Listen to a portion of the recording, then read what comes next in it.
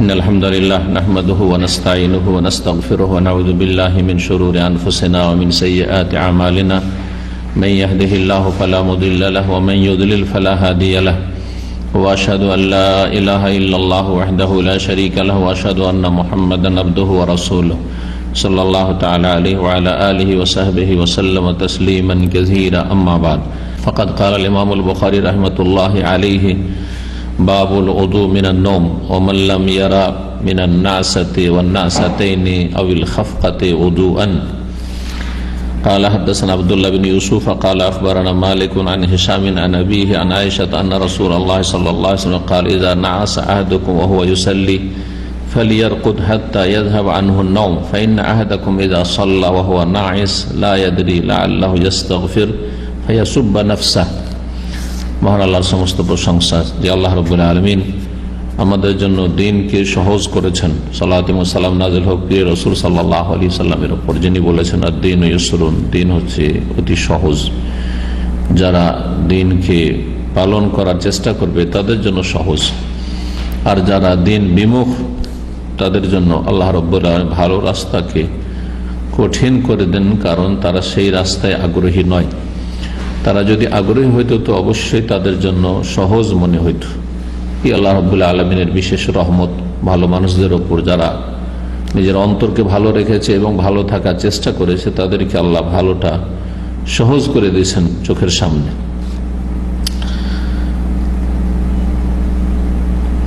আমাদের ধারাবাহিক আলোচনা সহিহুল বুখারীর কিতাবুল ওযু, ওযুর পর্ব নম্বর 14 আজকে। আজ তারিখ হচ্ছে 14ই রজব 1442 হিজরি মোতাবেক 26শে ফেব্রুয়ারি 2021।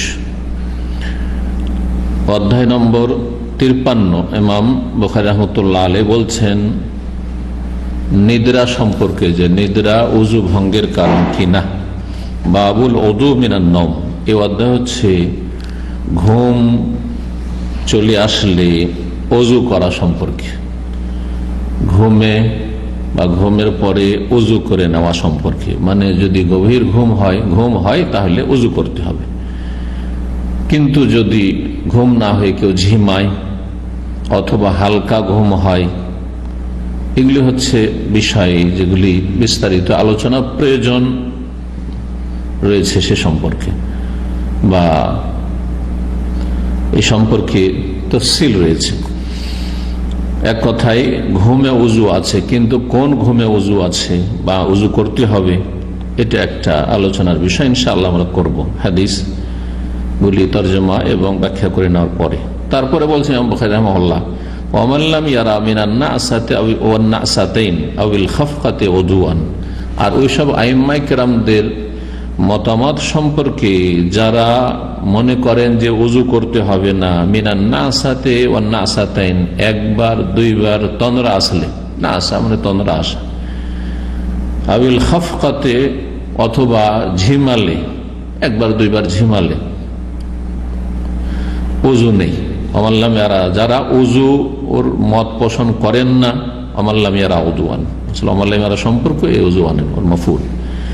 যারা ওযুর মত পোষণ করেন না, ওযু দেখেন না, মানে ওযুর রায় বা মত তারা পোষণ করেন না, একবার দুবার তন্দ্রা আসলে অথবা একটু ঝিমালে। হাদিস 212 নম্বর। ইমাম বুখারী রাহিমাহুল্লাহর উস্তাদ আব্দুল্লাহ বিন ইউসুফ, তার উস্তাদ হচ্ছেন ইমাম মালিক রাহমাতুল্লাহি আলাইহি, ইমাম দারিল হিজরা মদিনার ইমাম। তার উস্তাদ প্রখ্যাত তাবী হেশামের পিতাও তাবী উরওয়া ইবনে যুবাইর, যিনি অসংখ্য সাহাবায়ে কেরামদেরকে পেয়েছেন, এবং মা আয়েশা রাদিয়াল্লাহু তাআলা আনহার বোনের ছেলে উরওয়া ইবনে যুবাইর, আসমা বিনত আবী বকর রাদিয়াল্লাহু তাআলা আনহুমার ছেলে এই উরওয়া, আব্দুল্লাহ বিন যুবাইরের ভাই। নবী সাল্লাল্লাহু আলাইহি সাল্লামের জীবদ্দশায় তার জন্ম হয়নি, সেজন্য তিনি তাবী। তিনি অধিকাংশ হাদিস তার খালা আয়েশা রাদিয়াল্লাহু তাআলা উম্মুল মুমিনিন থেকে বর্ণনা করেছেন। আয়েশা রাদিয়াল্লাহু আনহা থেকে বর্ণিত, আন্না রাসূলুল্লাহ সাল্লাল্লাহু আলাইহি ওয়াসাল্লাম রাসূলুল্লাহ সাল্লাল্লাহু আলাইহি ওয়াসাল্লাম বলেছেন, ইযা নাআসা আহাদুকুম ওয়া হুয়া ইউসাল্লি, তোমাদের কোন ব্যক্তি যদি সালাত অবস্থায় ঝিমায় বা কোনো ব্যক্তির যদি তন্দ্রা আসে ওয়াহুয়াসাল্লি, সালাত অবস্থায় সালাত শুরু করেছেন কিন্তু খুব ঝিমাচ্ছেন, তন্দ্রা আসছে, ফালিয়ারকুদ, তাহলে যেন শুয়ে যায়, ঘুমিয়ে যান। রাকাদায় আর রকুদ মানে নম, ঘুমিয়ে যান। হাত্তা ইয়াযহাবা আনহু নম, কতক্ষণ ঘুমাও? যতক্ষণ পর্যন্ত তোমার ঘুমের যে চাপ সেটা চলে না যায়, ঘুমের চাপ চলে যাওয়া পর্যন্ত ঘুমাও। ফাইন্না আহাদাকুম ইযা সাল্লা, কারণটা কি? যে খুব ঘুম চাপছে, ওই অবস্থায় সালাত পড়তে রাসূলুল্লাহ নিষেধ করেছেন। সালাত সেই সময় না পড়ে ঘুমিয়ে পড়া। এখন এই সালাত ফরজ সালাত না নফল সালাত বোঝানো হয়েছে, আর সেই ঘুমের চাপটা কি ধরনের, এসব বিস্তারিত আলোচনা সাপেক্ষ, আলোচনার প্রয়োজন রাখে। কেন, কারণটা কি? ঘুম চাপলে ঘুমিয়ে যান, সালাত পড়িয়েন না ঘুমের চাপ থাকা অবস্থায়। ফাইন্না আহাদাকুম, কারণ হচ্ছে যে তোমাদের কোনো ব্যক্তি যা সাল্লাহ নাইস, ঝিমানো অবস্থায় যদি সালাত আদায় করে, ঘুম চাপছে, তন্দ্রা আসছে, আর যদি ওই অবস্থায় সালাত আদায় করতে থাকে, লা ইয়াদরি, সে জানে না, ঘুমের যদি চাপটা প্রকোপ খুব বেশি থাকে, খুব চাপ থাকে, জানে না, টেরি পাবে না, লাআল্লাহু ইস্তাগফির, হয়তো সে আল্লাহর কাছে ক্ষমা চাইছে, মানে তার মনটা চাইছে আমি আল্লাহর কাছে দোয়া করছি, কল্যাণমূলক কিছু চাইছি, সেটা আল্লাহর কাছে ক্ষমা চাওয়াই হোক, ইস্তিগফারই হোক, অথবা এইরকম যে কোনো কল্যাণমূলক ভালো কিছু চাইছে, অথবা মন্দ অনিষ্ট থেকে আশ্রয় চাইছে, তার উদ্দেশ্যটা কিন্তু এটা। কিন্তু যেহেতু সে বেখেয়াল হয়ে যাচ্ছে ঘুমের চাপের কারণে, ফায়াসুব্বা নাফসা, কিন্তু সে আল্লাহর কাছে ক্ষমা না চেয়ে, রহমত না চেয়ে এসে নিজেকে গালমন্দ করছে, বা নিজেকে ভর্ৎসনা করছে, বা নিজেকে অভিশাপ দিচ্ছে, বদদোয়া করছে। এখানে সাব্বুন নাফস মানে বদদোয়া দিচ্ছে সহজ ভাষায়। হয়তো সে আল্লাহর কাছে ক্ষমা না চেয়ে নিজেকে বদদোয়া দিচ্ছে, আল্লাহ তুমি আমাকে ক্ষমা করিও না। এটাও তো হতে পারে, হুঁশ নাই, কি বলছে তার জানে না। কারণ মানুষ যখন ঘুমের চাপে থাকে আর হুঁশ থাকে না, তখন কি বলতে কি বলে বোঝা যায় না। অনেক সময় গাল নাই, অনেকে ঘুমের অবস্থায় তাকে কিছু বলেন তো গালাগালি করছে, ভাষা খারাপ গালাগালি করছে। ভালো মানুষ অনেকে ঘুমের অবস্থা কোরআন তেলাওয়াত করছে, দিনে যা করেছে তাই বলছে, জি, দিনে ঝগড়া করেছে, ঝগড়া ওইগুলোই তর্ক করছে, ঘুমের অবস্থা মনে হচ্ছে, করে না। তো ঘুমের অবস্থায় সালাত পড়বে না কেন? কারণ তার নিয়ত হয়তো, আর সালাত পড়তে শুরু করেছে এই জন্য যে আল্লাহর কাছে ক্ষমা পাবো, ক্ষমা চাইবো, আল্লাহর কাছে রহমত চাইবো, কিন্তু রহমত না চেয়ে আল্লাহর রহমত চাইছে, আযাব চাইছে, সে নিজেকে অভিশাপ দিচ্ছে, লানত করছে, এটা তো হইতে পারে। আরেকটি হাদিস আছে, পড়িনি, তারপর বিস্তারিত আলোচনা করব, যেটি ইঙ্গিত করেছি। 213 নম্বর হাদিস, সাহাবী বর্ণনাকারী হচ্ছেন আনাস রাদিয়াল্লাহু তাআলা আনহু, তিনি নবী সাল্লাল্লাহু আলাইহি ওয়াসাল্লাম থেকে বর্ণনা করেছেন, ইযা নাসা ফিস সালাতি, কোন ব্যক্তি যখন সালাতে ঝিমাবে বা কোন ব্যক্তির তন্দ্রা আসবে, ফালিয়ানাম, তখন সে যেন ঘুমিয়ে যায়, নামা ইয়ানামু থেকে ঘুমিয়ে যায়, ফালিয়ানাম আমার গায়েবের সেগা, যেন ঘুমিয়ে যায়, হাত্তা ইয়ালাম মা ইয়াকরা, যতক্ষণ পর্যন্ত যা সে পাঠ করছে সূরা দোয়া উপলব্ধি না করে, উপলব্ধি করা পর্যন্ত সে যেন ঘুমিয়ে যায়, কি পড়ছে সে যেন বুঝতে পারে, বুঝে সুঝে পড়ছে, এইরকম অবস্থা হওয়া পর্যন্ত যেন ঘুমিয়ে যায়। এই ছিল দুটো হাদিসের বিষয়বস্তু এক, যে ঘুমের চাপ থাকলে সালাত পড়তে হবে না, কি করতে হবে? ঘুমিয়ে যেতে হবে। প্রথম কথা বলবো যে এই হাদিসগুলি মূলত রাতের সালাতের সাথে সম্পর্কিত, অর্থাৎ তাহাজ্জুদের সালাতের সাথে সম্পর্কিত, কিয়ামুল লাইলের সাথে সম্পর্কিত। কারণ আল্লাহ রাব্বুল আলামিন ঘুমের জন্য রাতকে বিশেষভাবে সৃষ্টি করেছেন।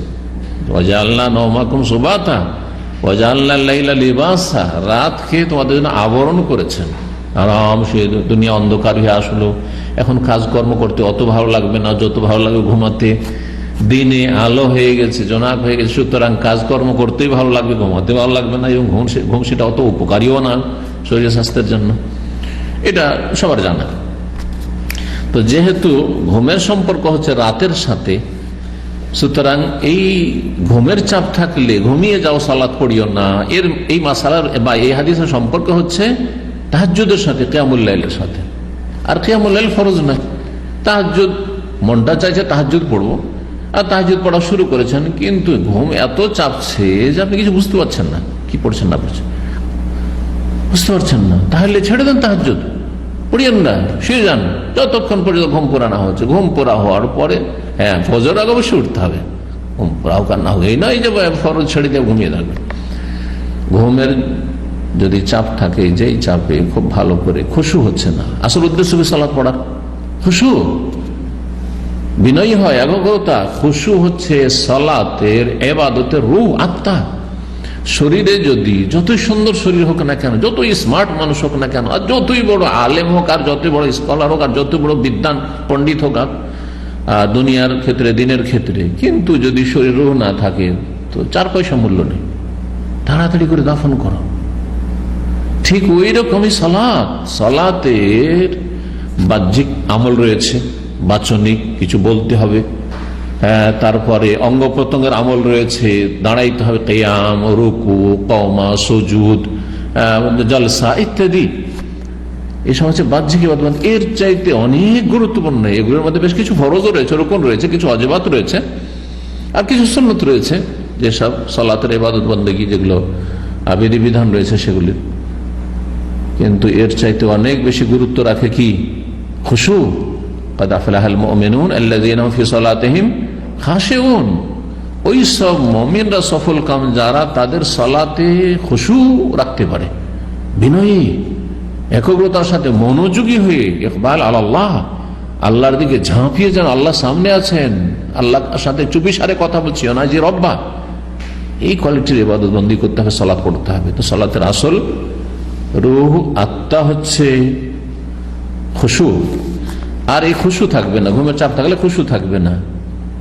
আর সালাত হচ্ছে সুন্নাত, সুতরাং আপনি এরকম কেন চেষ্টা করবেন যেই সালাতের কোনো ফায়দাই নেই, সালাত পড়ছে না, ঘুমের চাপ, কোনো ফায়দা নেই, সুন্নাত ছেড়ে দেন। এখন তার চাইতে জরুরি আপনি এখন ঘুম জানেন, না হলে ফজরটা ঠিক করে পড়তে পারবেন না আপনি। জি, এটা হচ্ছে তাহলে মূল বিষয়। কেউ কেউ এটাকে আম করেছেন, ফরজ সালাত হোক অথবা সুন্নত সালাত হোক, যখন ঘুম চাপছে তখন আর সালাত পড়িও না, তখন সালাতটা আপাতত রেখে দাও, পরে পড়িও, ঘুমিয়ে যাও। যদি এই ব্যাখ্যা নেওয়া হয় তাহলে একটা আর অতিরিক্ত সেখানে ব্যাখ্যা সংযোজন করতে হবে। সেটা হচ্ছে যে যখন ঘুমের চাপটা অত্যন্ত বেশি থাকে, হালকা ঘুম না, শুধু আপনার তন্দ্রা আসছে এমন নয়, হালকা ঘুম আসছে কিন্তু সালাতটা আপনি পড়ে নিতে পারবেন। আর জোহরের সময় হালকা ঘুম আসতে পারে, আসরের সময় আসতে পারে, জোহর আসর মাঝখানে ঘুম আসতে পারে ক্লান্তির কারণে, মাগরিবের সাথে অনেকের ঘুম চলে আসতে পারে। তাই বলে কি এশার সালাত পড়তে গেছে, মাগরিব সালাত পড়তে গেছে, ডিউটি করে এসে আর ঘুম চাচ্ছে, তখন সে সালাত বাদ দিয়েছে, জামাত বাদ দিয়ে, সালাত বাদ দিয়ে, ফরজ বাদ দিয়ে ঘুমিয়ে পড়বে না, মোটেই না। তাহলে এই ক্ষেত্রে বলতে হবে, যারা আম বলেছেন এটা নেওয়া যেতে পারে এইরকম ভাবে যে যদি ঘুমের চাপটা এত বেশি, খুব বেশি ক্লান্ত, এরকম ক্লান্তি মাঝে মাঝে হয়, অনেক হার্ড জার্নি করে এসছেন, কষ্টের কাজ করে এসছেন। আমরা এক যুগে হজ করেছি, যখন আপনার মসজিদে খাইফে পরে থেকে হজ করতে হতো, তখন এই খেমা টেমার এত সুন্দর বন্দোবস্ত ছিল না। সাধারণ মানুষরা ওই রাস্তাঘাটে পড়ে থেকে হজ করে চলে আসতো, হ্যাঁ, ওই ব্রিজের নিচে, কেউ ওই টিন শেড যে রয়েছে তার নিচে, কেউ রাস্তাঘাটে, যেখানে সেখানে কত কষ্ট করত। আর আমরা একটু মদিনা ইউনিভার্সিটি ছাত্র, তারপরে আপনার জোয়ান মানুষ, যুবক মানুষ, আমরা জানতাম যে কোথায় গেলে একটু বেশি আরাম হয় তুলনামূলক, তখন মসজিদে খাইবে ঢুকে যেত। মসজিদে আগে থেকে জায়গা নিয়ে 4-5 জন আছি, জায়গা দখল করে নিয়েছি, পাটি বিছি, ফোল্ড করা পাটি, এগুলো করেছি। তারপরে আরাফা সকালে গিয়ে একবারে মসজিদের নামে জামানি খুলেছে কি ওখানে জায়গা দখল করে নিয়েছে মসজিদের ভিতরে। তারপর প্রচন্ড কষ্ট। আজকালকার মতো এত আরামের হজ মোটেই না। হজ করে এসে এমন শরীর মনে হচ্ছে চুরমান হয়ে থাকতো, আল্লাহ, বা চলে না শরীর মনে হচ্ছে।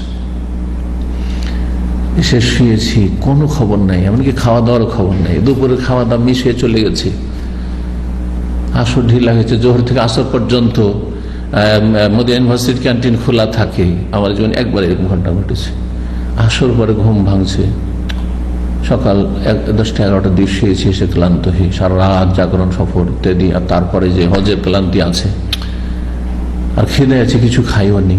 ওই খিদাটি তখন ইউনিভার্সিটির ভিতরে কোন একটা রেস্টুরেন্টও ছিল না, কিচ্ছু ছিল না। তারপরে একটা বাকালা প্রথম মুদিখানার দোকান খুললো, একটা বুফি খুললো। এরকম আমাদের শেষ জীবন। বাইরে কে যাবে, গাড়ি নেই, কিচ্ছু নেই, ওই না খেয়ে থাকলাম, মানে একটা জুস টুস ছিল, খেয়ে থাকলাম। তারপরে মাগরিবের পরে পরে ক্যান্টিন খুলবে আর চলতে থাকবে রাত 10টার মধ্যে। মাগরিব পরে, এই প্রথম মদিনা ইউনিভার্সিটিতে মাগরিবের পরে পরেই খাওয়া দাওয়া, কারণ সারাদিন না খেয়েছে। এইরকম ক্লান্তি কখনো কখনো হয়, আর ঘুমের চাপ থাকে। যদি এরকমের ঘুমের চাপ থাকে যে আপনি কোনো দিশে পাচ্ছেন না, তখন মাফ আপাতত আপনি ঘুমটা পুরো করে, না হলে কিছুই তো বুঝতে পারছেন না। এত ঘুমের চাপ যে সলাতের কিছুই বুঝতে পারছেন না, আপনি সলাত শুরু করছেন, চোখ বন্ধ হয়ে যাচ্ছে, হুঁশ হারিয়ে যাচ্ছে, তাহলে তখন ফরজের ক্ষেত্রেও ছাড় আছে যে আপনি ফরজটাকে ডিলে করেন। আল্লাহ আপনাকে ছাড় দিয়েছেন, আগে আপনি কিছুটা তো ঘুম পুরা করে নেন, যাতে সলাতটাকে উপলব্ধি করতে পারেন যে আমি সলাত পড়ছি, আর কি পড়ছি আর না পড়ছি, তারপরে সলাত আদায় করেন। কখনো যদি এরকম করতে গিয়ে অক্ত পার হয়ে যায়, আল্লাহ মাফ করবেন, কারণ আপনি মুত্তার নিরুপায়। নিরুপায়ের জন্য অনেক ছাড় আছে শরীরে। দিন যে সহজ, এই বিষয়টি এখানেও ফুটে উঠেছে। কিন্তু এমন নয় যে প্রতিদিন আমার ঘুমটা একটু বেশি, আর ঘুমের চাপ আছে ডিউটি থেকে আসলেই, সুতরাং মাগরিবে শুয়ে পড়লাম, মাগরিব আগে 10 মিনিট আছে ও তখনই শুয়ে পড়লাম, এসা পরে শুয়ে পড়লাম না, এসা পরে শোন, কিন্তু মাগরিব এসার মাঝখানে শুয়ে পড়লাম, হাদিসে নিষেধ আছে, ঘুমাবেন না তখন। আপনি মোটামুটি সলাৎটা আদায় করে নিতে পারবেন, এবং সলাৎ আপনি যখন আদায় করবেন হুঁশ দিশা ঠিক আছে, তাহলে আপনার জন্য মোটেই জায়েজ নয় যে আপনি এসার সলাৎ মাথায় করে ঘুমিয়ে যাবেন, না, মোটেই জায়েজ নয়। তাহলে যদি এটাকে আম করা হয় যে ফরজ সুন্নাত নফল সব ক্ষেত্রে, তাহলে অনেক বেশি চাপ ঘুমের রয়েছে। যখন কোনো আপনি হুঁশ দিশা রাখতে পারছেন না সলাৎ শুরু করে দিয়ে, তখন আপনার জন্য ছাড় আছে। আর যদি তাহাজ্জুদের ক্ষেত্রে হয়, তখন বলবো যে যদি খুব বেশি ঘুমের চাপ নাও থাকে, কিন্তু ঘুমের একটা চাপ আছে, সলাৎ পড়ছেন কিন্তু মন লাগছে না মোটে, সলাৎ পড়ছেন কিন্তু কোনো কিছু খেয়াল রাখতে পারছেন না, অনেক সময় এরকম হয়ে যাচ্ছে। অনেক সময় সেজদায় গিয়ে পড়ে থেকেই যায়, ছোটকালে আমাদের হয়েছে, কারণ ছোট থেকে যেহেতু আব্বা সালাত পড়িয়েছেন না, সেজদায় পড়ে থেকে গেছে। আমার এক ভাই একদিন তারাবির সালাতে সেজদাতে পড়ে থেকেই গেছে, আমি পাশে আছি, ওকে লাথি দিচ্ছি, গুত্তা দিচ্ছি, উঠছেই না, উঠলোই না, সালাম ফিরে দিলাম, তারপরে উঠাইলাম। কেমন ঘুমের চাপ! তো এরকম ঘুমের চাপে আপনি তাহাজ্জুদ পড়বেন আর তারাবি পড়বেন না, ফরজটা পড়ে চলে আসেন, ফরজটা পড়ে চলে আসেন। এই হচ্ছে এই হাদিসগুলির ব্যাখ্যা। আর একটি বিষয় রয়েছে, সেটা হচ্ছে যে ঘুমে কি উজু নষ্ট হয় কি না, মানে ঘুম নিদ্রা উজু ভঙ্গের কারণ কি না, এই বিষয়ে ইখতিলাফ রয়েছে, 4-5টি মত রয়েছে। তার মধ্যে যেটা বেশি শক্তিশালী ইখতিলাফ, সাধারণ জনগণের জন্য অত বেশি জানার প্রয়োজন নেই। একদল একবার এই প্রান্তে, আর একদল এই প্রান্তে, আর মাঝামাঝি কিছু ফতোয়া রয়েছে। একদল বলছেন যে কোনো ঘুমে উজু নষ্ট হয়ে যাবে, হালকা ঘুমাইলো, আর বেশি গভীর ঘুমাইলো, আর বসে ঘুমাইলো, আর শুয়ে ঘুমাইলো, উজু নষ্ট হয়ে যাবে। আর একদল একবারে এর বিপরীত, কোনো ঘুমে উজু নষ্ট হবে না, কোনো ঘুমে উজু নষ্ট হবে না, জাহিরি মত। জি, একদল বলছেন যে বসে বসে যদি ঝিমাই তাহলে উজু নষ্ট হবে না, কিন্তু বসে বসে গভীর না হয়, যে হেলান দিয়ে আছে, যদি এটা টেনে না হয় তো উল্টে পড়ে যাবে, এমন না। এগুলি ওলামাদের ইজতিহাদ। আর শুয়ে শুয়ে যদি চিথিয়ে হয় বা শুয়ে শুয়ে হয়, তাহলে উজু নষ্ট হয়ে যাবে, এগুলিও ইজতিহাদ। যেটা শক্তিশালী মত সেটাতে চলে আসি, যদি ইখতিলাফে একটু ইঙ্গিত করেই দিলাম, সেটা হচ্ছে আন্নাউমুল খাফিফ, আর একটা হচ্ছে আন্নাউমুল কাসীর বা আমিক, গভীর ঘুম, গভীর নিদ্রা, আর হালকা নিদ্রা। যদি হালকা নিদ্রা থাকে তাহলে উজু নষ্ট হবে না, আর যদি গভীর নিদ্রা থাকে তাহলে উজু নষ্ট হয়ে যাবে। গভীর কোনটা আর হালকা কোনটা, এর মাপকাঠি কি? এর মাপকাঠি আছে। সেটা হচ্ছে এমন হালকা ঘুম আছে যে ঘুমে সচেতন, দিমাগ সচেতন আছে, দিমাগকে একবার ঢেকে নেয়নি ঘুমে, আর আপনি উপলব্ধি করছেন যে আশেপাশে কথা বলছে কেউ, বুঝতে পারছেন যে কে কি কথা বলছে, বুঝতে পারছেন, তাহলে এইরকম যদি হালকা ঘুম হয়, যখন আশেপাশে কে কি কথা বলছে সেটা বুঝতে পারছেন, তাহলে যদি আপনার বায়ু নিঃসরণ হয়, তাহলে বুঝতে পারবেন, সুতরাং উযু নষ্ট হবে না। এরকম হালকা ঘুমে উযু নষ্ট হবে না। এই জন্য এর আগে একটা আলোচনা আমি বলেছিলাম এই বুখারীরই ধারাবাহিক আলোচনায় উযু ভঙ্গের কারণগুলি সম্পর্কে, যে আসলে ঘুম বা নিদ্রা হিসাবে উযু ভঙ্গকারী নয়। ঘুম আসলে সেই জন্য উযু নষ্ট এমনটা নয়। যেন রাসূলুল্লাহ সাল্লাল্লাহু আলাইহি সাল্লামের চক্ষু ঘুমাইতো, কলব অন্তর ঘুমাইতো না। তানামু আইনায়া ওয়ালা ইয়ানামু কলবি, রাসূলুল্লাহ বলছেন আমার দুই চোখ ঘুমায়, কারণ শরীরটা আরাম পাবে দুই চোখ ঘুমাইলে। দেখবেন পরীক্ষা করে, যদি আপনার ঘুম না আসে, চোখটা যদি বন্ধ করে থাকে তবে শরীরটা একটু আরাম পাবে। দুনিয়ার সাথে কোনো কথাবার্তা নেই, কিচ্ছু নেই, চোখ বন্ধ করে আছে, কিন্তু ঘুম আসছে না, তাও কিছুটা আরাম পাবে, যদি পুরো আরাম হবে না। নবী সাল্লাল্লাহু আলাইহি সাল্লামের ঘুম হইতো, কিন্তু চোখের ঘুম হইতো, কলব হৃদয় সবসময় জাগ্রত থাকতো। কিসের জন্য? লিস্তিকবালিল ওয়াহি, ওহিকে সাদরে গ্রহণ করার জন্য, ওহি কবুল করার জন্য। ওহি যে কোনো সময় চলে আসতে পারে। ঘুমের অবস্থায় নবী সাল্লাল্লাহু আলাইহি সাল্লামের আম্বিয়া রাসূলগণ ওহি, রুয়াল আম্বিয়া ওয়াহিউন, স্বপ্ন যোগেও তাদের ওহি করা হইতো। আমাদের স্বপ্ন মাঝে মাঝে আমরা পুরো আয়ত্ত করতে পারি না। আরে আজকে খুব একটা মজার স্বপ্ন দেখেছি, কিন্তু ভুলে গেছি। লাগছে খুব মজা, যে স্বপ্নটা খুব মজার ছিল, কিন্তু কিছু কিছু কথা ভুলেই গেছি, হয় না? স্মৃতিশক্তির দুর্বলতার কারণে, অথবা আমাদের হৃদয় পুরোটাকে আয়ত্ত করতে পারেনি সে কারণে। যাই হোক, কি বলছিলাম, যে নিদ্রা হিসাবে উযু ভঙ্গকারী নয়, কিন্তু নিদ্রা যদি গভীর হয় তাহলে আমরা টের পাচ্ছি না যে বায়ু আমাদের নির্গত হয়ে গেল না গেল না, সুতরাং ধরে নিতে হবে যে উযু ভঙ্গ যদি গভীর ঘুম হয়। হালকা ঘুম হয় তাহলে ঘুমাচ্ছি, হালকা ঘুম সেটা বসেও হইতে পারে, বসা আর শোয়ার কোনো পার্থক্য নাই, এটা ফুকাহায়ে ইজতিহাদ হানাফি মাযহাবে। বসে হোক, হেলান দিয়ে হোক, অথবা আপনার শুয়ে হোক, চিথে হোক, কাঁথে হোক, যে কোনো অবস্থায়, কিন্তু হালকা যদি ঘুমিয়ে থাকে আর সবকিছু টের পাচ্ছে, তাহলে উযু ভঙ্গের কারণ নয়, উযু ভঙ্গের কারণ নয়। আশা করি এই বিষয়টি স্পষ্ট, এবং এটি হচ্ছে সবচেয়ে শক্তিশালী মত।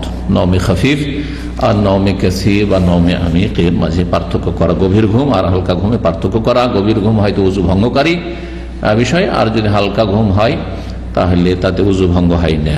তাহলে বিভিন্ন রকমের যে পরস্পর বিরোধী হাদিসগুলি রয়েছে সেগুলি সবগুলি সমন্বয় হয়ে যাবে।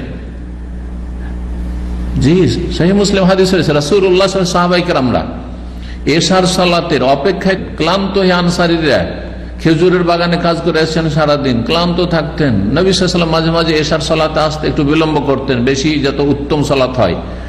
আর বলছে তাখফিকু রউসুহুম, তাদের মাথা ঝাঁকানি দিত, মানে এত ঘুম আসতো, বসে বসে ঘুমাইতে থাকতেন। জি, উযু করতেন না। নবী সাল্লাল্লাহু আলাইহি ওয়াসাল্লাম কখন উযু করতে তাদেরকে বলেনি যে তোমরা এরকম ঘুমাচ্ছিলে। জি হ্যাঁ, আর রাসূলুল্লাহ সাল্লাল্লাহু আলাইহি ওয়াসাল্লামের কখনো নাক ডাক হইতো, আর রাসূলুল্লাহ সাল্লাল্লাহু আলাইহি ওয়াসাল্লাম ঘুমাইতেন এই ফজরের আপনার আযান আর ইকামতের মাঝখানে। বেলাল রাদিয়াল্লাহু তাআলা গিয়েও বলতেন, তো তারপরে সালাত পড়াইতে আসতেন, উযু করতেন না। যাই হোক, হালকা ঘুম যদি হয় আর আপনি টের পাচ্ছেন 1-2 মিনিট 5 মিনিট হয়েছে কিন্তু হালকা ঘুম, তাহলে উযু ভঙ্গ হয়নি। কিন্তু ধরেন 20 মিনিট 25 মিনিট হয়ে গেছে, আধা ঘন্টা হয়ে গেছে, ঘুম গভীর হয়ে গেছে, তাহলে উযু করে নেন, উযু ভঙ্গকারী বিষয় ধরতে হবে সেটাকে। 54 নম্বর অধ্যায় বলছেন বাবুল উযু মিন গায়রি হাদাসিন। এই অধ্যায় হচ্ছে বিনা উযু ভঙ্গে বা উযু নষ্ট হয় উযু করা, উযু ভঙ্গ হয়নি তারপরে উযু করা ঠিক কিনা? হ্যাঁ ঠিক, বরং উত্তম। কেউ যদি প্রতিটি অক্তের জন্য উযু করে, উযু আছে তারপরে উযু করে, তাহলে এটি আরো ভালো, এটি বেশি উত্তম। তবে জায়েজ, যতক্ষণ পর্যন্ত উযু রাখতে পারছেন, এক উযুতে কয়েক সালাত আপনি পড়তে পারেন যদি উযু ভঙ্গের কোনো কারণ না হয়ে থাকে। 214 নম্বর হাদিস আনাস রাদিয়াল্লাহু তাআলা আনহু থেকে বর্ণিত, তিনি বলছেন কানান নবী সাল্লাল্লাহু ইনদা কুল্লি সালাতিন, নবী সাল্লাল্লাহু আলাইহি ওয়াসাল্লাম প্রত্যেক সালাতের সময় উযু করতেন, উত্তম করতেন বেশিরভাগ সময়। কিন্তু এটাই নয় যে নবী সাল্লাল্লাহু জীবনেও কখনো এক উজুতে কয়েক ওয়াক্ত সালাত পড়েনি, পড়েছেন, এরকম হাদিস এসছে, এর আগেও গেছে এরকম হাদিস। তবে আনাস রাদিয়াল্লাহু তাআলা আনহু নবী সাল্লাল্লাহু আলাইহি ওয়াসাল্লামের খাদেম ছিলেন। মদিনায় যখন নবী সাল্লাল্লাহু আলাইহি ওয়াসাল্লাম থাকতেন তখন অধিকাংশ সময় তার যেটা আমল ছিল সেটা হচ্ছে প্রতি ওয়াক্তের জন্য উজু করে, না উজু থাকলেও, কিন্তু মাঝে মধ্যে ব্যতিক্রম হইত। কুলতু, তখন আমি বললাম, কাইফা কুনতুম তাসনাউন, আপনারা কেমন করতেন? নবী সাল্লাল্লাহু আলাইহি ওয়াসাল্লাম তো এরকম করতেন। তাহলে তার ছাত্র হচ্ছেন আমর ইবনে আমের, তিনি জিজ্ঞেস করছেন যে আপনারা, নবী সাল্লাল্লাহু আলাইহি ওয়াসাল্লাম তো প্রত্যেক ওয়াক্তের জন্য উজু করতেন প্রায় সময়, কিন্তু আপনারা কালা, তখন বললেন আনাস, এখন ফতুয়া বলছেন এবং সাহাবা কেরামদের যেটা সাধারণ আমল বলছেন, ইউজুজেও আহাদানা আল ওযু মা লাম ইউহদিস, আমাদের যে কোনো ব্যক্তির জন্য যথেষ্ট, ইউজুজেও মানে ইয়াকফি, কাফা ইয়াকফি, আজজা ইউজি বা বেফালতে ওর মানে হচ্ছে কাফা, আর জাযা ইয়াজি মানে বদলা দেওয়া। জি, আমাদের যে কারো জন্য যথেষ্ট হইতো ওযু মালাম ইউদে, যতক্ষণ পর্যন্ত উজু ভঙ্গ হয়নি, যতক্ষণ উজু ভঙ্গ হয়নি একটি উজু যথেষ্ট। এক উজুতে জোহর পড়লেন, আসর পড়লেন, মাগরিব এশা পড়লেন, অসুবিধা নাই, জি, উজু রাখতে পারলেই হইল। 215 নম্বর হাদিস, সুয়াইদ ইবনে নাউমান রাদিয়াল্লাহু তাআলা আনহু থেকে বর্ণিত, কালা, তিনি বলছেন, খারাজনা মা রাসূলিল্লাহ সাল্লাল্লাহু আলাইহি ওয়াসাল্লাম আমা খাইবার, আমরা রাসূলুল্লাহ সাল্লাল্লাহু আলাইহি ওয়াসাল্লামের সাথে সফরে বেরিয়েছিলাম, খাইবারের বছর, খাইবারের সফর ছিল। হাত্তা ইযা কুন্না বিস সাহাবা, সাহাবা নামক স্থানে আমরা ছিলাম। গত সপ্তাহে এই হাদিসটা এসেছে, সেখানে বলা হয়েছে যে ওয়াহিয়া আদনা খাইবার, হাদিস নম্বর 209 রয়েছে। খারাজনা মা রাসূলিল্লাহ সাল্লাল্লাহু আলাইহি ওয়াসাল্লাম আমা খাইবার হাত্তা ইযা কানু বিস সাহাবা ওয়াহিয়া আদনা খাইবার, খাইবারের নিকটবর্তী একটি স্থান যার নাম হচ্ছে সাহাবা, ওখানে যখন পৌঁছলেন, সাল্লাল্লাহু রাসূলুল্লাহ সাল্লাল্লাহু আলাইহি ওয়াসাল্লাম আল আসরা, আমাদেরকে রাসূলুল্লাহ সাল্লাল্লাহু আলাইহি ওয়াসাল্লাম আসরের সালাত পড়ালেন। ফালাম্মা সাল্লা, যখন সালাত সমাপ্ত করলেন, শেষ করলেন, দাআ বিল আতএমাতে, খাবার নিয়ে ডাকলেন। এখানে আতএমা তামের বহু বচন এসেছে, আর ওই হাদিসটিতে 200 নম্বর হাদিস এসেছে সুম্মা দাআ বিল আজওয়াদি, জাত সম্বল, খাদ্যের সম্বল, একই নাস্তা পানি যা কিছু ছিল, একই উদ্দেশ্য। রিওয়ায়াত বিল মানা হয়েছে, হয় রাসূলুল্লাহ সাল্লাল্লাহু আলাইহি ওয়াসাল্লাম আজওয়াদ বা এই বর্ণনাকারী রাসূলুল্লাহ সাল্লাল্লাহু আলাইহি ওয়াসাল্লাম সম্পর্কে বলছেন, বর্ণনাকারী সুয়াইদ আতএমা বলেছেন অথবা আজওয়াদ বলেছেন। পরবর্তীকালের বর্ণনাকারীরা রিওয়ায়াত বিল মানা কেউ করেছেন, অর্থ পেশ করেছেন। এক কথায় খাদ্য, খাবার নিয়ে আসলেন, খিদা লেগেছে রাসূলুল্লাহ সাহাবা কেরামদেরকে, ফালাম ইউতা ইল্লা বিসসাবি, কিন্তু কোনো খাবার নেই ছাতু ছাড়া, ছাতু ছাড়া কোনো খাদ্যদ্রব্য ছিল না। ফাআকালনা ওয়া শারিবনা, আমরা খেলাম এবং পান করলাম। খেলাম পান করলামের একটি অর্থ হচ্ছে যে ছাতু কেউ শুকনো করে খেলো তো ওইটা খাওয়া, আর কেউ ঘোল করে খেলো তো এটা পান করা, এটাও হইতে পারে।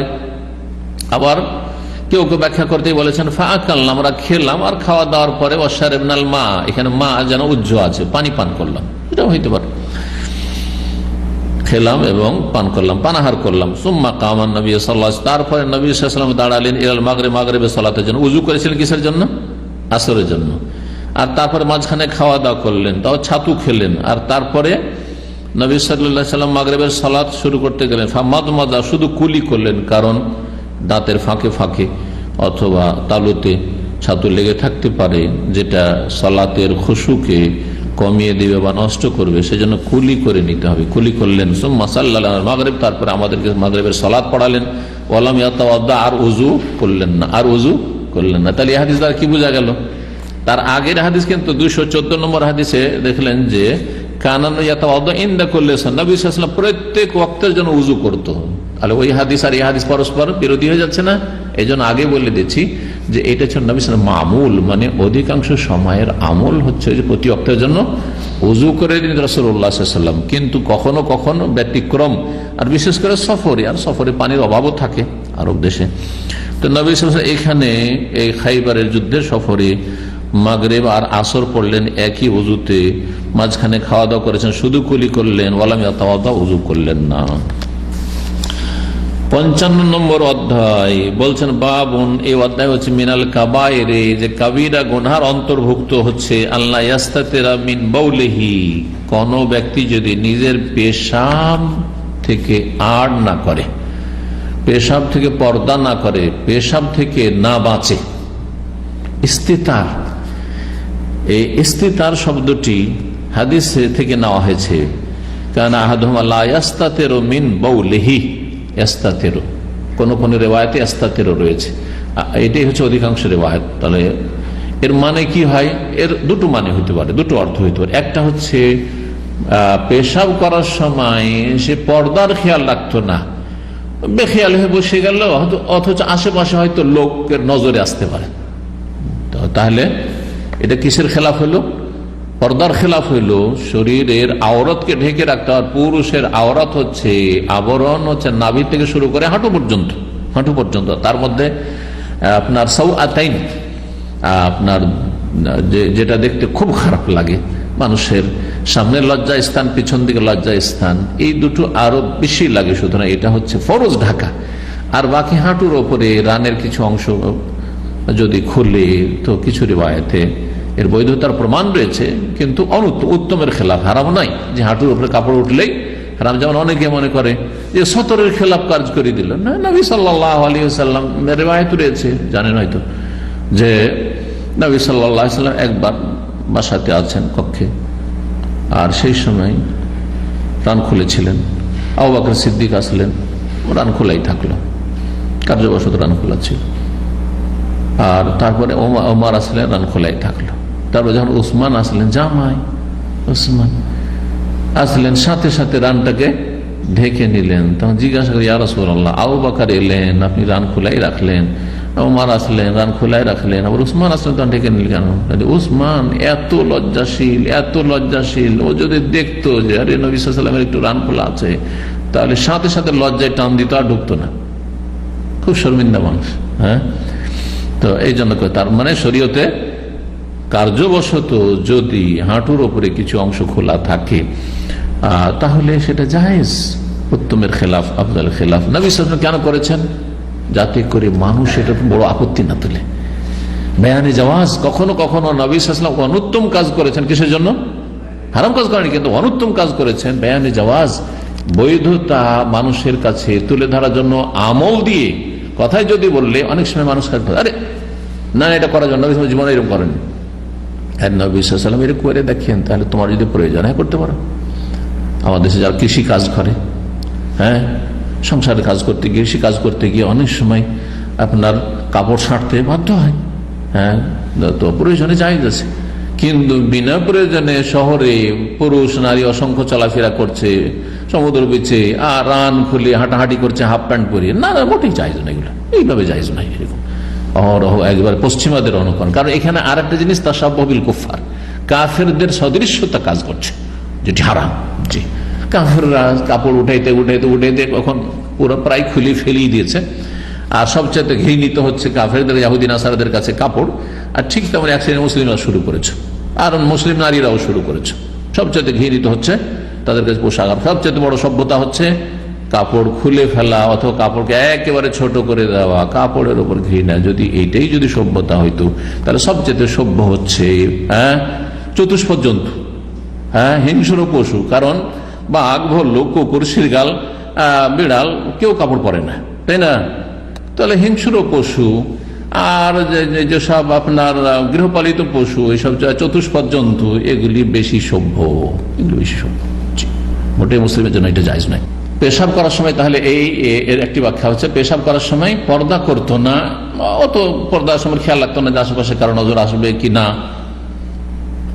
সজাগ থাকতে হবে যে আশেপাশে কোনো লোকের নজর আসে না, তারপরে পেশাব করেন। খোলা মাঠে, বাইরে কোথাও যদি পেশাব করতে হয়, এই জন্য নিচু জায়গায় দেখে, অথবা সামনে কোনো উঁচু জায়গা আছে তার আড়ে, আশেপাশে কেউ নেই, তখন ঠিক আছে। এমনি সমতল ভূমি তো হইতে পারে, অনেক দূরে, ধরেন 2-3 কিলোমিটার দূরে থাকলে নজর আসবে না, কিন্তু ধরেন সামান্য কিছু দূরে আছে, 500 মিটার দূরে, তো নজর আসতে পারে। তো যাই হোক, এটা একটা অর্থ। আর একটি অর্থ হচ্ছে লা ইয়াস্তাতিরু মিন বাউলিহি, তার পেশাব থেকে পর্দা করতো না, মানে পেশাবের ফোঁটা বা ছিটা থেকে পর্দা করতো না। সতর্ক থাকতো না যে আমার পেশাবের ফোঁটা বা ছিটা ফিরে আমার কাপড়ে না চলে আসে বা শরীরে রানে না লেগে যায়। দ্বিতীয় অর্থটা যদি করি, তো আর একটি রিওয়ায়াত রয়েছে লা ইয়াস্তানজিহু, তার অর্থের সাথে মিল খাবে। আম্মা আহাদুমা ফাকান ইয়ামশি বিন নামিমা ওয়াল আখার লা ইয়াস্তানজিহু মিনাল বাউল, পেশাব থেকে বাঁচত না। ইস্তানজাহা নাজাহাতুন থেকে, মানে বাঁচত না, বেঁচে থাকতো না, পেশাব থেকে পরহেজ করতো না, পেশাব থেকে সতর্ক সাবধান থাকতো না। তো এই ব্যক্তির অপরাধটা কি ছিল? অপরাধ পেশাবের ছিটা থেকে বাঁচত না, সতর্ক থাকতো না, আর তার কাপড়ে বা শরীরে পেশাব ছিটে চলে আসতো। শক্ত মাটিতে পেশাব করলে পেশাব ছিটে চলে আসতে পারে, পেশাব ছিটে চলে আসতো, আর ওই কাপড়ে সালাত আদায় করে নিত নাপাক অবস্থায়। ওই শরীরে নাপাকি লেগে আছে, মানুষের পেশাব লেগে আছে, আর সালাত আদায় করে নিত। সুতরাং এই নাপাক অবস্থায় সালাতও তার কবুল হইতো না। যখন সালাত কবুল হলো না, তো কত বড় কাবিরা গুনাহ হইলো। সেই জন্য এর ওপর আযাব, কাবিরা গুনাহ ছাড়া কোনো সাগীরা গুনার ওপর আযাব হইতে পারে না। একমাত্র সাগীরা গুনার পরিমাণ অনেক বেশি যদি হয়ে যায়, তাহলে সেটা কাবিরা হয়ে যেতে পারে। এই জন্য সাগীরা বলে অহরহ গুনাহ করবেন না। লা তাহকিরান্না সাগীরাতান ফাইন্নাল জিবালা মিনাল হাসা।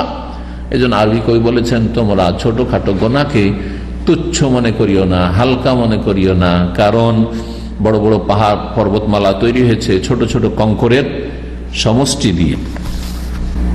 হাদিস 216 নম্বর হাদিস, সাহাবী বর্ণনাকারী হচ্ছেন ইবনে আব্বাস রাদিয়াল্লাহু তাআলা আনহু। ইবনে আব্বাস, আব্দুল্লাহ বিন আব্বাস রাদিয়াল্লাহু তাআলা আনহু হতে বর্ণিত, কালা, তিনি বলছেন, মাররান নবী বিহায়াত মিন হিতানিল মদিনাতি আও মক্কাতা, নবী করিম সাল্লাল্লাহু আলাইহি ওয়াসাল্লাম মদিনার অথবা মক্কার কোন একটি বাগানের পাশ দিয়ে অতিক্রম করলেন। হায়েত এমন বাগানকে বলা হয় যেই বাগান প্রাচীর দিয়ে ঘেরা। হায়েতের মানে দেওয়াল, হায়েতের শাব্দিক অর্থ কি হয়? দেয়াল। এর শাব্দিক অর্থ কিন্তু বাগান নয়। কিন্তু আরব দেশে তখনকার জামানায় বিশেষ করে বাগান সাধারণত কি হইতো? ঘেরা হইতো।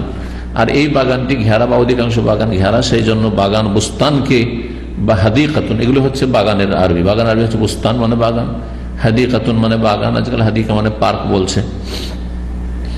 তো মদিনার অথবা হিতান, হায়াতের বহু বচন, মদিনার অথবা মক্কার বাগান ছিল। এটি মদিনারই ছিল, মদিনারই ছিল। বর্ণনাকারী সন্দেহ হয়েছে কোন বর্ণনাকারী। ফাসামিয়া সাওতা ইনসানাইনি ইউআযাবানি ফি কুবুরিহিমা, সেখানে শুনতে পেলেন দুইজন মানুষের শব্দ, মৃত মানুষের শব্দ।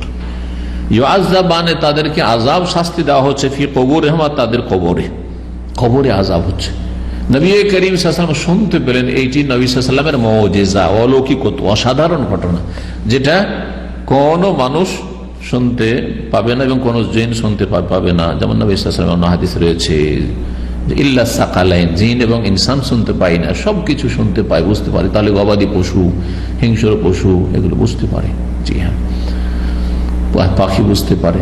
জি, কারণ মানুষ এবং জিনের জন্য কবরে শাস্তি রয়েছে, বারজাখী জীবনে শাস্তি রয়েছে। সেই জন্য এক, যদি শুনতে পায় তাহলে তো ঈমান বিল গায়ব থাকবে না, না দেখে পরীক্ষাই থাকবে না, পরীক্ষার প্রশ্ন আউট।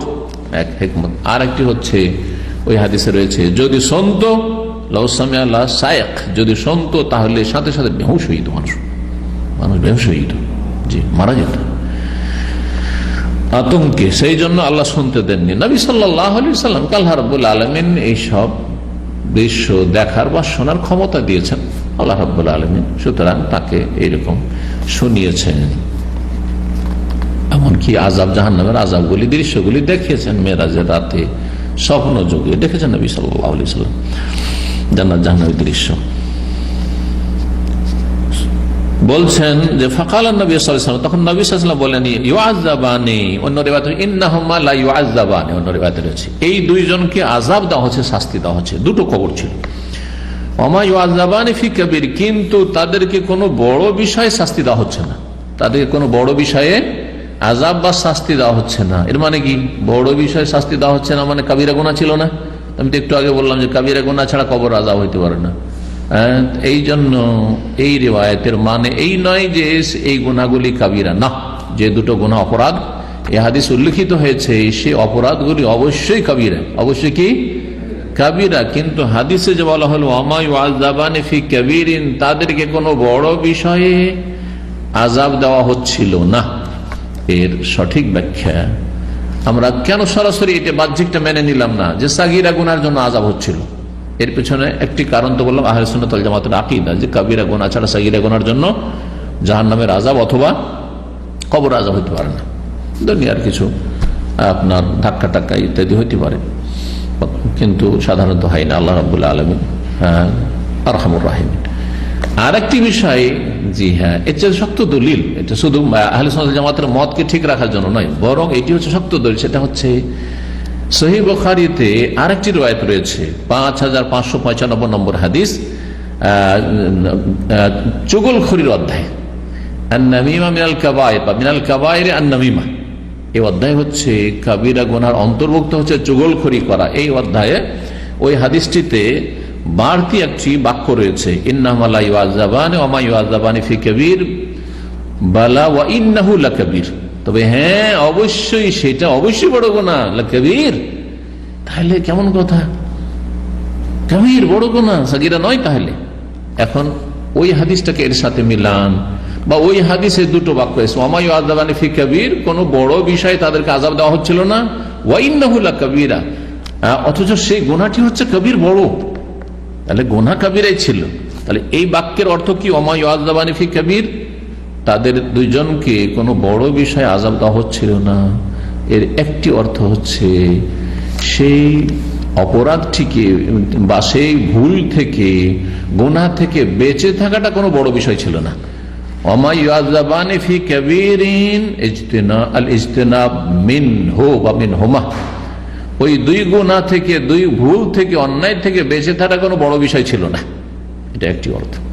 সহজ, একটু সতর্ক হইলে পেশাল ছিটা পড়তো না।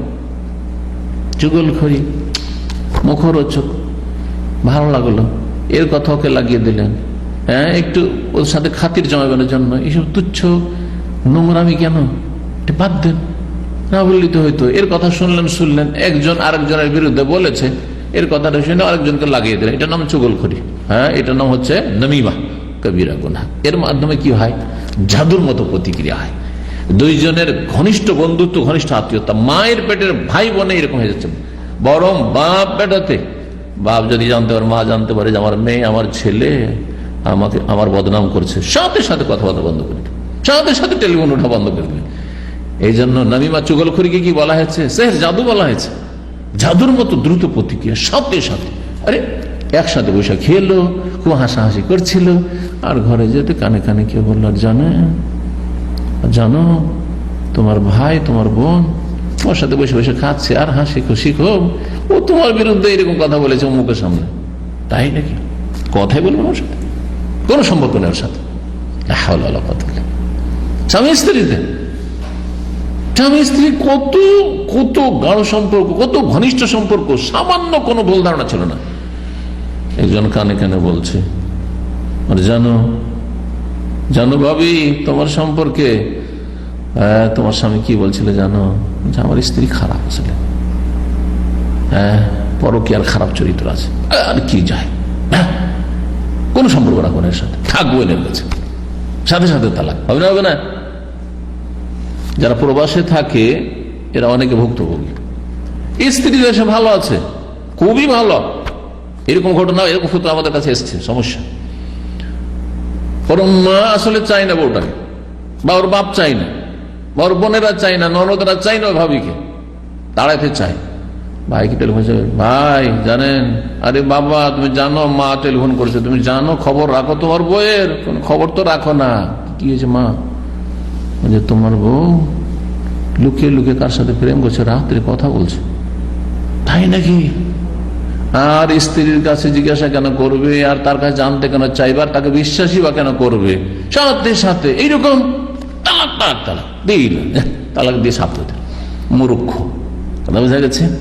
যে কথাটা বলতে চাইছি, যে চুগলখড়ি কত খারাপ কাজ, কত নোংরামি কাজ, এবং চুগলখড়ি কত মারাত্মক অপরাধ, জাদুর মতো কাজ করে, সম্পর্ককে ছিন্ন ভিন্ন করে ছেড়ে দেয়। এই জন্য কবরে আযাব হবে, একবারে নগদ নগদ আযাব, মরার সাথে সাথে আযাব শুরু হবে। ওই জাহান্নামের অপেক্ষায় আযাব থাকবে না। জি, বেশ কিছু অপরাধ রয়েছে এই ধরনের, যে অপরাধগুলি বিশেষভাবে কবরে আযাবের কারণ। যদিও যে কোনো কাবিরা গুনার জন্য কবরে আযাব হইতে পারে, কিন্তু কিছু কিছু এমন অপরাধ রয়েছে যেগুলির কারণে কবরে আযাব এখান থেকে শুরু, একবার আযাব। আরেকটি হচ্ছে চুগলখড়ি, আর আরেকটি হচ্ছে এসব থেকে না বেঁচে থাকা। চুগলখড়ির মাধ্যমে বান্দার হক নষ্ট হয়, বান্দার সাথে সম্পর্ক নষ্ট হয়, আর পেশাব থেকে বেঁচে থাকা বা পেশাব ফোঁটা ছিটা বা পেশাব সময় পর্দা না করার কারণে কি হয়, এতে আল্লাহর হক নষ্ট করা হয়। নাপাক অবস্থায় সালাত আদায় করছে, আল্লাহর গুরুত্বপূর্ণ হক তাওহীদ লা ইলাহা ইল্লাল্লাহর বাস্তবায়ন হচ্ছে, সালাতই হচ্ছে না তার, জি, যার ফলে কবরে আযাব হচ্ছে এই দুটো লোককে। একটি অর্থ কি বললাম, ওয়া মান ইউআযাবিন ফি কাবীরিন, এমন কোন বড় বিষয় ছিল না তাদের জন্য বেঁচে থাকা, একটি অর্থ।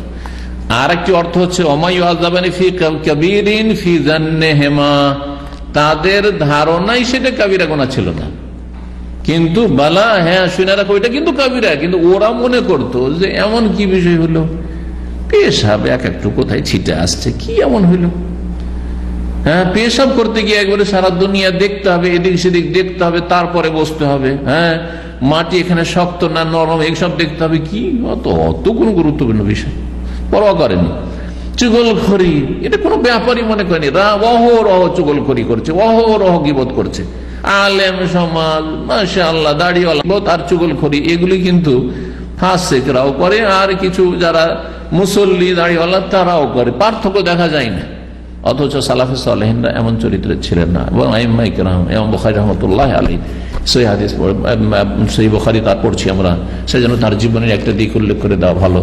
তিনি বলছেন যে আমি হলফ করে কসম করে বলতে পারবো আল্লাহ রাব্বুল আলামিনের কাছে যে আমি জীবনে কারো মাগতাবতু আহাদান, কারো গীবত করিনি, আর অহরহ আমাদের ছাত্র ওস্তাদের কাছ থেকে পড়ে আর ওস্তাদের বিরুদ্ধে বলে, কোনো ব্যাপার না, আরে আর শুনে কার কাছে এমনি শুনেছে একটা বুঝে বলে দিল।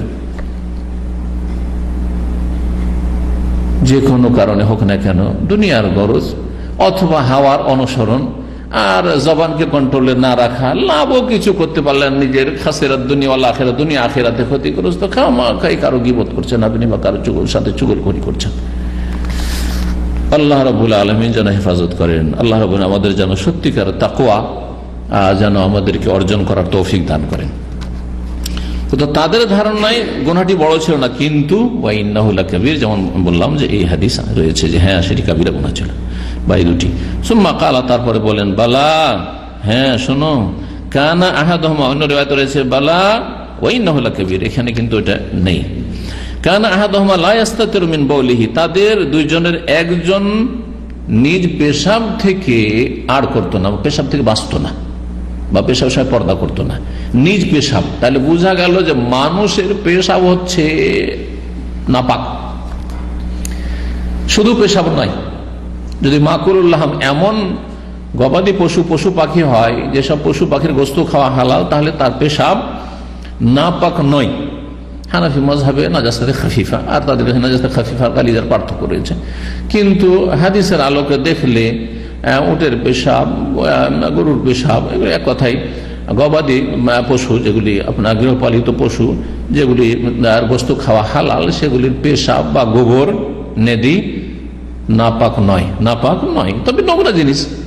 যেমন কাশপোটা নাপাক নয়, কিন্তু নোংরা জিনিস। নাপাক নয় মানে এই নয় যে আপনি বাড়াবাড়ি করে বলবেন যে আপনি জায়নামাজকে পেশাবে ডুবিয়ে নেন, হ্যাঁ, আর তারপরে তাতে সালাত আদায় করেন।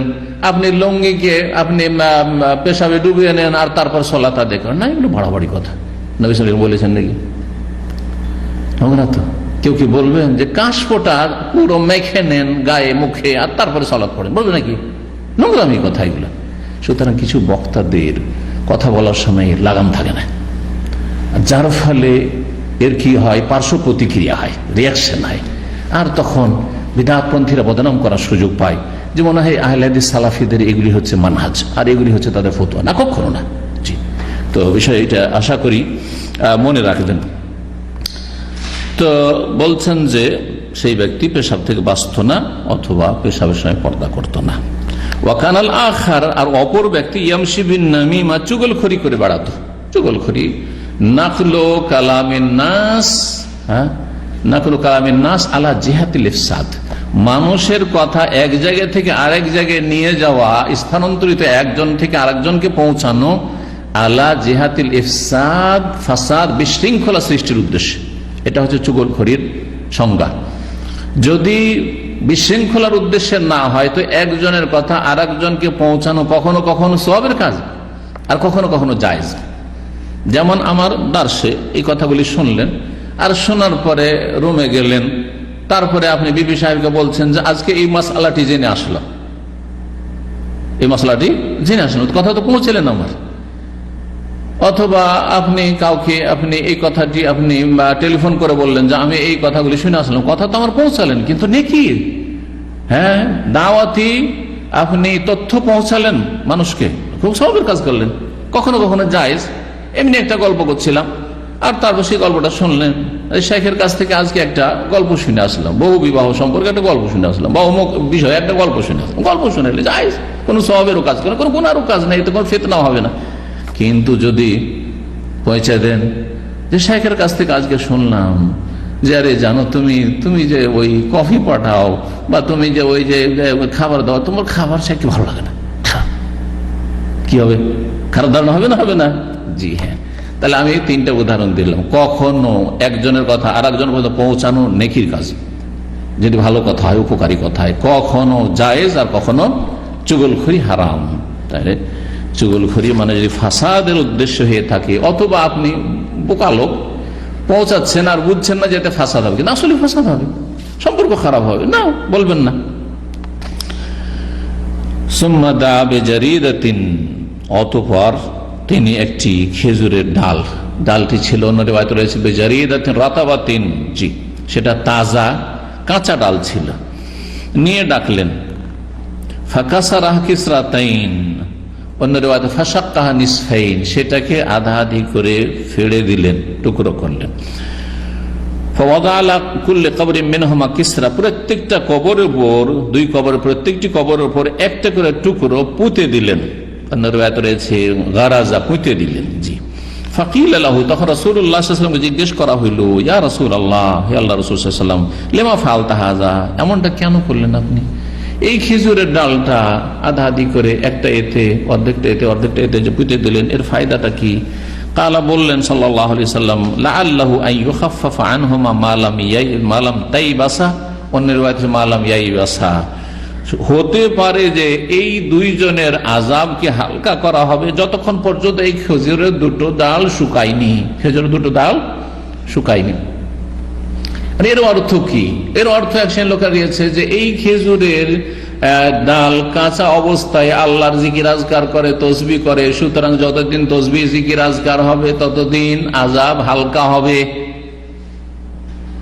এটা কিন্তু মন গড়া ব্যাখ্যা, কারণ কোরআনে কারীমের সূরা ইসরাতে আল্লাহ বলেছেন যে কোনো বস্তু আল্লাহ ওয়াইম মিন শাইইন ইল্লা ইউসাব্বিহু বিহামদি, এমন কিছু পৃথিবীতে নেই, আর এই শুকনো ডাল হোক, আর এই চেয়ার টেবিল হোক, আর এই ছাদ হোক, আর ফ্লোর হোক, জমিন হোক, ধুলো হোক, বালি হোক, যা কিছু হোক না কেন, ওয়াইম মিন শাইইন, পৃথিবীর এমন কিছু নেই আল্লাহর জাত ছাড়া, সত্তা ছাড়া সবকিছু যে শাই, আমার অঙ্গ প্রত্যঙ্গ হোক।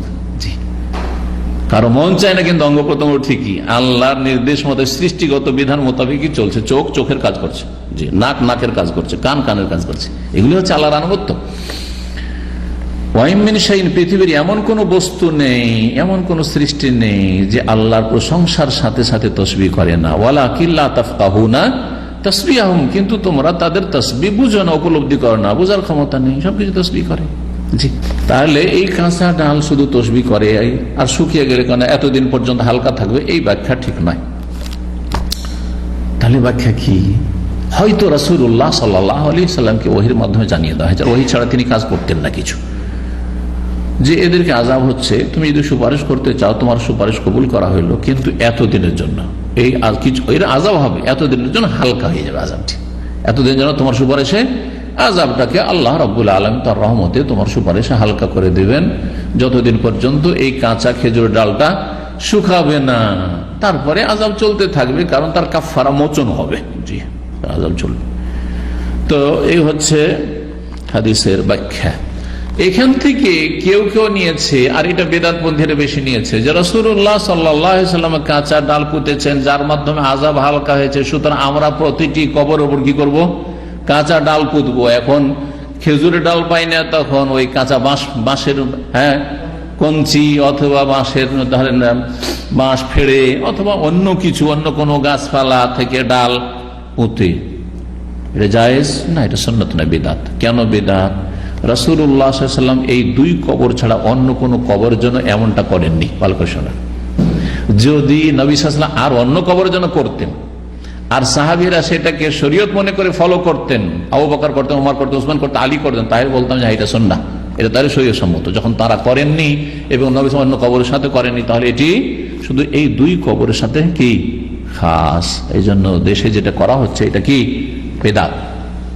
দুই নম্বর আরেকটি বিষয় মনে রাখেন, যেটা এর আগে বলিনি, এই কথাগুলি হয়তো অনেক সময় আমি বলেছি বিভিন্ন আলোচনায়, সেটা হচ্ছে যে আপনি যদি কবরের ওপর কোনো কিছু পুঁতেন এই ধারণা নিয়ে যে এতে কবর আযাব হালকা হবে, তাহলে এই ব্যক্তিকে আপনি পাপী বলে অভিযুক্ত করছেন, মুত্তাহাম করছেন, আপনি তুহমত দিচ্ছেন যে এর কবরে আযাব হবে, সেজন্য আযাবটা যাতে হালকা থাকে সেজন্য আমি কাঁচা ডাল পুঁতছি। রাসূলুল্লাহ সাল্লাল্লাহু আলাইহি ওয়াসাল্লাম ওহীর মাধ্যমে জানতে পেরেছিলেন যে এই দুটো লোককে আযাব হচ্ছে, তাহলে নিজে থেকে খেয়াল খুশি করেননি, জানতে পেরেছেন তখন তার উপর দুটো ডাল পুঁতেছেন। বুঝা গেছে না? কিন্তু আপনি একজন মানুষ, আসল হচ্ছে মুসলিম, ভালো মানুষ, তার কবরে আযাব নেই, নিয়ামত আছে। আপনি যখনই আপনার কারো কবরে আপনি ডাল পুঁতছেন, তার মানে তাকে কি করছেন? অভিযুক্ত, মুত্তাহাম করছেন, তহমত দিচ্ছেন যে তোমার কবরে আযাব হইতে পারে। সুতরাং আমি কি করলাম? এই ডাল পুঁতলাম, আমরা ডাল পুঁতলাম যা তোমার কবরে আযাব হালকা থাকে, এটা জায়েজ নয়। জি, তো মনে রাখতে হবে যে এটা সুন্নত নয়, সুন্নতের খিলাফ কাজ। হতে পারে যে তাদের দুইজনের আযাবকে হালকা করা হবে মালাম তাইবাসে, যতক্ষণ পর্যন্ত এই দুটো শুকিয়ে না যায়। 56 নম্বর অধ্যায়, বাবু মাজা ফি গাসলিল বাউল। এই অধ্যায় হচ্ছে পেশাব ধোয়া সম্পর্কে। পেশাব যদি লেগে যায় শরীরে অথবা কাপড়ে, তার কি করতে হবে? ধুয়ে নিতে হবে। কমপক্ষে পেশাবের জায়গায়, গোটা শরীর ধোয়া জরুরি না। অনেকে বাড়াবাড়ি করেন, শরীরে একটু কোথাও পেশাব লেগেছে আর গোসল করেন না। তবে যদি গোটা শরীরের আশঙ্কা থাকে যে গোটা শরীরে ছিটেছে, তখন আপনি গোসল করবেন। কিন্তু যদি জানা থাকে যে এতটা জায়গায় কাপড়ে, অথবা কাপড়ের এতটা জায়গায় অতটাতে সীমিত, তাহলে অতটুকু জায়গায় ধোয়াই যথেষ্ট। পুরো কাপড় ধুয়ে নেন, আলহামদুলিল্লাহ আজকাল কাপড়ের অভাব নেই, বদলে দেন, সেটা আলাদা কথা। শরীরে একটু রানে লেগেছে, একটু হাতে লেগেছে, যে কোনো জায়গায় লেগেছে, ওইটুকু ধুইলেই ইনশাআল্লাহ আপনার তাহারা পবিত্রতা হয়ে গেল। নবী সাল্লাল্লাহু আলাইহি ওয়াসাল্লাম বলেছেন সাহিবুল কবর, ওই কবরওয়ালা সম্পর্কে, কানা লা ইয়াস্তাতিরু মিন বাউলিহি, নিজের পেশাব থেকে কি করতো না? বাঁচত না বা আড় করতো না।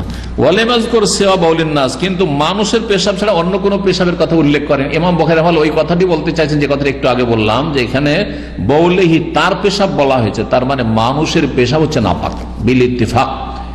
মানুষ এত সৃষ্টির সেরা আশরাফুল মাখলুকাত, লাকাদ খালাকনাল ইনসানা ফি আহসানি তাকওয়িম, কিন্তু মানুষের পেশাব পায়খানা জঘন্য নাপাক। জি, গরুর, ছাগলের, হ্যাঁ, নেদি, গোবর আর পেশাব, জি না, এরকম নয়, এত নাপাক নয়। হানাফি মাযহাবে ধরলো নাজাস দেখাবে হালকা নাপাক, কিন্তু মানুষের পেশাব হচ্ছে নাজাসাতে গালিযা।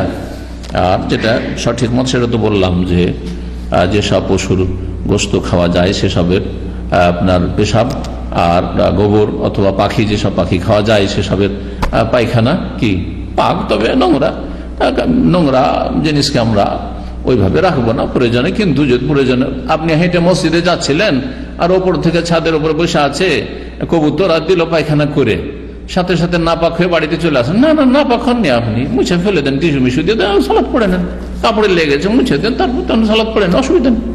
জি, দিন সহজ, এইভাবে বুঝতে হবে দিনটাকে। কিন্তু যখন ধুইতে পারবো, বাসাতে আছি আর লেগে গেছে পাখির পায়খানা, ধুয়ে নেবো। জি, 217 নম্বর হাদিস বর্ণনা করছেন আনাস বিন মালিক রাদিয়াল্লাহু তাআলা, তিনি বলছেন, কান নবী তাবাররাজা লিহাজাতিহি, নবী সাল্লাল্লাহু আলাইহি ওয়াসাল্লাম যখন নিজের প্রয়োজনের জন্য বাইরে যেতেন, বারাজ এক তো পায়খানাকে বলা হয়, আর একটা হচ্ছে তাবাররাজা মানে প্রকাশ পাওয়া, মানে বাইরে যেতেন, ঘরে কখনো কখনো বাইরে যখন যেতেন, আতাইতুহু বিমাইন, ঘরে যদি শৌচকার্য পুরো করেন তাহলে প্রয়োজন না আনাস, বাড়িতে আছেন, বাড়ির ভিতরে আছেন, কিন্তু বাইরে যখন থাকতেন তখন সঙ্গী হতেন আনাস রাদিয়াল্লাহুল খাদেম, মদিনার ঘরের আশেপাশে আনাচে কানাচে গেছেন অথবা সফরে, আতাই তবে মাইন, তখন তার কাছে পানি নিয়ে আসতাম, ফায়াগতাসিল বিহি, তা দিয়ে তিনি ধৌত করতেন। এখানে গোসলের অর্থ না ইগতাসাল, মানে এখানে ধৌত করতেন, মানে শৌচ কার্য সম্পন্ন করতেন। ইয়াস্তানজি, ইগতাসাল মানে ইয়াস্তানজি বিহি, তিনি শৌচ কার্য পূরণ করতেন, পেশাব পায়খানা পরিষ্কার করতেন। বাবুন, এই অধ্যায় হচ্ছে এই আগে যে আলোচনাগুলি মানে মানুষের পেশাব, এই পেশাব সম্পর্কীয় বিষয়, আর হাদিস ওইটাই এসছে যে হাদিসটি এর আগে বিস্তারিত। আসলে শুধু দু একটা শব্দের পার্থক্য রয়েছে, আর মাসালা অন্য অন্য যে মাসাইলগুলি রয়েছে সেগুলি সেখানে আসবে হাদিসে। অনুবাদ করেছি, তারপরও সংক্ষিপ্ত অনুবাদ আমি আবার করে দিচ্ছি। হাদিস বর্ণনাকারী আব্দুল্লাহ বিন আব্বাস রাদিয়াল্লাহু তাআলা আনহু, যেমন আগেরটা তো ছিলেন। বলছেন মাররান নবী সাল্লাল্লাহু আলাইহি কবরাইন, নবী সাল্লাল্লাহু দুটো কবরের পাশ দিয়ে অতিক্রম করলেন। এখানে নেই যে সেই কবর দুটো মদিনায় ছিল মক্কায়, কিন্তু আগেরটাতে রয়েছে মদিনায় অথবা মক্কার, সন্দেহ বর্ণনাকারী। ফাকালা বলে ইন্নাহুমা লা ইউআযাবান, নিঃসন্দেহে এই দুজনকে আযাব দেওয়া হচ্ছে। দুজনকে কি করা হচ্ছে? আযাব দেওয়া হচ্ছে। ইন্নাহুমা এখানে আছে, ওখানে আছে ইউআযাবানি, ইন্নাহুমা নেই।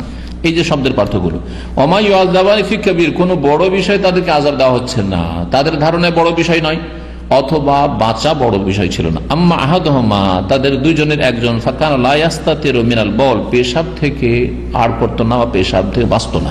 ও আম্মাল আখার, দ্বিতীয় ব্যক্তি, ফাকানা ইয়ামশি বিন নামিমা, ফাকানা ইয়ামশি বিন নামিমা, চুগলখড়ি করে বেড়াতো। সুম্মা আখাযা জারিদাতান রাতবাতান, তারপর একটি তাজা কাঁচা খেজুরের ডাল নিলেন, ফাশাক্কাহা নিসফাইন, সেটিকে ফেড়ে দিলেন দুই ভাগ করে। ওখানে রয়েছে ফাকাসারাহা কিসরাতাইন, এখানে নিসফাইন, আধা আধি করে। ফাগারাজা ফি কুল্লি কবরিন ওয়াহিদা, প্রত্যেকটা কবরে একটা করে পুঁতে দিলেন। বললাম না একটু আগে যে গারাজা শব্দ এসেছে পুঁতে দেওয়া, আর এখানে রয়েছে ওয়াদা, রেখে দিলেন। শুধু রেখে দেওয়া নয়, পুঁতে রেখে দেওয়া। তাহলে ফায়দা হলো। আগেরটাতে হতে পারে কেউ বলতে পারে যে নবী সাল্লাল্লাহু এমনি রেখে দিয়েছেন, পুঁতেননি, কিন্তু এখানে চলে আসলে স্পষ্ট যে কি করলেন, গেড়ে দিয়েছিলেন, পুঁতে দিয়েছিলেন। কালু, সাহাবীরা বলে ইয়া রাসূলুল্লাহ লিমা ফাআলতা, কেন এটা করলেন? কাল আল্লাহু ইউখাফফিফ আনহুমা মা লাম ইয়াইবাসু, হতে পারে যে তাদের উভয়ের আযাবকে হালকা করা হবে, মা লাম ইয়াইবাসা, যতক্ষণ দুটো শুকিয়ে যায়নি। এখানে এই হাদিসটি শেষ হলো, আর তারপরে এই হাদিসের মোতাবাক সমর্থক একটি সনদ নিয়েছেন। কালা ইবনে মুসান্নাব হাদাসানা ওয়াকি কালা হাদাসানা আমাশ কালা সামিআতু মুজাহিদান মিসলাহু, প্রখ্যাত তাবে মুজাহিদ থেকে এরকম শুনেছি। মুজাহিদ হচ্ছেন আব্দুল্লাহ বিন আব্বাস রাদিয়াল্লাহু তাআলা আনহুমার ছাত্র। দেখেন আগের হাদিসে কিন্তু ইবনে আব্বাস থেকে বর্ণনা করেছেন মুজাহিদ, 216 নম্বর হাদিস, আর 218-তে ইবনে আব্বাসের ছাত্র হচ্ছেন তাউস, ইমাম তাউস মাঝখানে, আর ইমাম তাউস মুজাহিদ থেকে। তাহলে মুজাহিদ কখনো কখনো ডাইরেক্ট বর্ণনা করেছেন আব্দুল্লাহ বিন আব্বাস থেকে, আর কখনো মাঝখানে তার ওস্তাদ আর একজন ইমাম তাউস রয়েছেন, তাউস বিন কায়সান। তো কখনো কখনো হয় কি, একটা হাদিস তিনি দুই রকম ভাবে শুনেছেন। একবার শুনেছেন, প্রথম শুনেছেন তাউস থেকে, আর তিনি বর্ণনা করেছেন ইবনে আব্বাস থেকে, ওইটাও এখানে চলে এসছে। আর আরেকবার নবী ইবনে আব্বাসের সাথে দেখা হয়েছে, তখন সরাসরি হাদিসটা শুনে। এটা সানাদে আলী, এটাকে বলা হয় সানাদে আলী, আর এটা সানাদে নাজিল। এই দুটো পার্থক্য সনদের দিক থেকে এখানে আমরা দেখতে পাচ্ছি। আল্লাহ তাআলা আ'লাম। ওয়া সাল্লাল্লাহু আলা নবিয়িনা মুহাম্মদ।